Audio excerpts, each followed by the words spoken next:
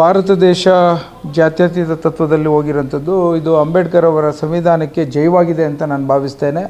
ಎಲ್ಲದಕ್ಕಿಂತ ಹೆಚ್ಚಿನದಾಗಿ ಸಾಮರಸ್ಯದಲ್ಲಿ ಬದುಕು ಹೋಗುವಂಥ ಹಿನ್ನೆಲೆಯಲ್ಲಿ ಇವತ್ತು ದಸರಾ ಹಬ್ಬ ನಾಡ ಹಬ್ಬ. ಅದು ಯಾವುದೇ ಜಾತಿ ಧರ್ಮಕ್ಕೆ ಸೀಮಿತವಾದದ್ದಂತಲ್ಲ. ಹಿಂದೆ ನಿಜಾರ್ ಅಹಮದ್ ಅವರು ಮಾಡಿರೋಂಥದ್ದು ಉದಾಹರಣೆ ಇದೆ. ಹಾಗಾಗಿ ಏನು ಇವತ್ತು ಹೈಕೋರ್ಟ್ ಅವರು ಕೊಟ್ಟಿರೋಂಥ ಆದೇಶ ಭಾಳಷ್ಟು ಶ್ಲಾಘನೀಯ, ಸ್ವಾಗತಿಸ್ತೇವೆ. ಇನ್ನು ಹೆಚ್ಚಿನದಾಗಿ ಇವತ್ತು ನಮ್ಮ ಕರ್ನಾಟಕ ರಾಜ್ಯ ಹೆಚ್ಚಿನ ರೀತಿ ಇದೇ ದಿಕ್ಕಿನಲ್ಲಿ ಹೋಗಬೇಕು ಅನ್ನೋದನ್ನು ಆದೇಶವನ್ನು ಕೊಟ್ಟಿದೆ ಅಂತ ನಾನು ಭಾವಿಸ್ತೇನೆ.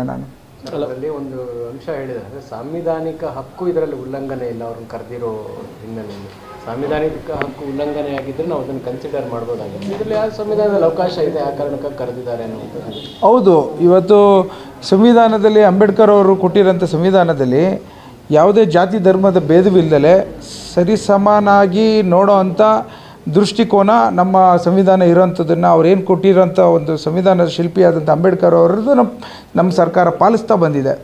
ನಿಮಗೆ ಗೊತ್ತಿದ್ದಂತೆ ರಾಹುಲ್ ಗಾಂಧಿಯವರು ಪ್ರತಿಯೊಂದು ಭಾಷಣದಲ್ಲೂ ಸಂವಿಧಾನವನ್ನು ಹಿಡ್ಕೊಂಡು ಅದ್ರ ಮೇಲೆ ಮಾತಾಡೋಂಥದ್ದನ್ನು ನೋಡಿದ್ದೀರಿ.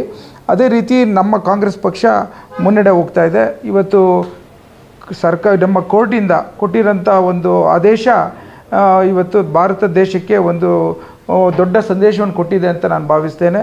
ಸೊ ಅದನ್ನು ಪಾಲಿಸುವಂಥದ್ದು ನಮ್ಮೆಲ್ಲರ ಕೆಲಸ. ಹಾಗಾಗಿ ಅದನ್ನು ಸ್ವಾಗತಿಸುವಂಥದ್ದು ಭಾಳಷ್ಟು ಸಂತೋಷದಲ್ಲಿ ಸ್ವಾಗತಿಸ್ತೇವೆ ನಾವು.